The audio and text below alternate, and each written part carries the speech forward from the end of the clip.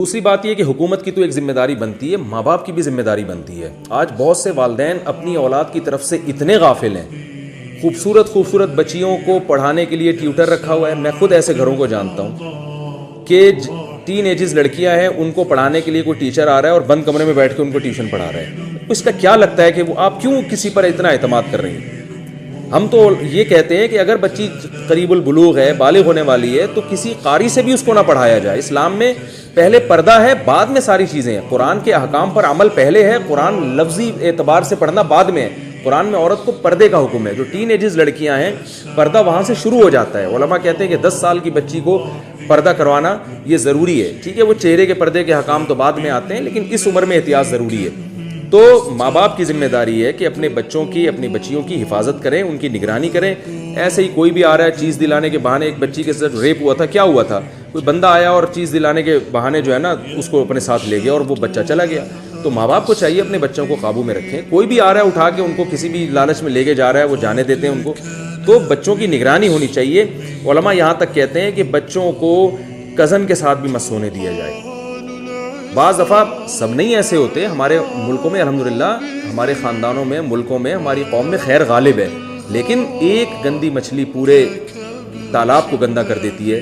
تو بعض دفعہ کزنوں میں کوئی ایسی ہوتی ہے یا ایسا ہوتا ہے جو خراب کر دیتا ہے۔ ماں باپ کہہ رہے ہوتے ہیں کوئی بات نہیں، کزن ہے اس کے ساتھ سونے، تو وہ برائی کی عادت، وہ برائی کی لت لگا دیتا ہے۔ وہ شریعت نے تو یہاں تک حکم دیا ہے کہ سگے بہن بھائی بھی 10 سال کی عمر کے بعد ایک ساتھ نہیں سو سکتے اور ایک بستر پہ نہیں سو سکتے۔ سگوں کے بارے میں یہ احتیاط کا حکم دیا ہے، تو آپ بتائیں جو سگے نہیں ہیں ان کے بارے میں کتنی احتیاط کا حکم ہوگا۔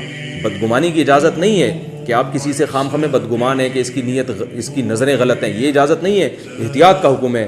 معاملات میں ایک دوسرے سے ایسے ہی معاملہ کیا جائے گا جیسے آپ اس سے بدگمان ہیں۔ حضرت شیخ الحدیث مولانا زکریا رحمہ اللہ تعالیٰ کا مشہور واقعہ ہے، فرماتے ہیں جب میں بچہ تھا، میں مسجد میں جب نماز پڑھتا نا کسی کے ساتھ کھڑے ہو کر، اگر اگلی نماز میں بھی اسی کے ساتھ کھڑا ہوتا تو میرے والد مجھ سے پوچھتے تھے یہ تمہارا کیا لگتا ہے کہ ظہر میں بھی اسی کے ساتھ تھے، عصر میں بھی اسی کے ساتھ تھے۔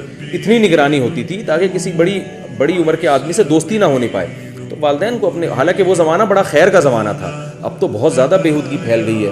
والدین کی ذمہ داری بنتی ہے کہ آپ کا اگر کوئی لڑکا ہے، ٹین ایجز بچہ ہے یا بچی ہے یا اس سے بھی کم عمر ہے، تو اگر کوئی بڑا لڑکا اس سے فری ہونے کی کوشش کر رہا ہے تو آپ اس کی نگرانی کریں، اس کو منع کریں کہ بیٹا اپنے جیسے بچوں میں کھیلا کرو، اپنے سے بڑوں سے فری ہونے کی کوشش نہ کیا کرو کہ تم سے فری ہو رہا ہے تو ہمیں گھر میں آ کے اطلاع دیا کرو۔ اس طرح سے حکومت کنٹرول نہ کرے، کم از کم والدین اپنی اولاد پہ کنٹرول کریں۔ اللہ تعالیٰ عمل کی توفیق عطا فرمائے۔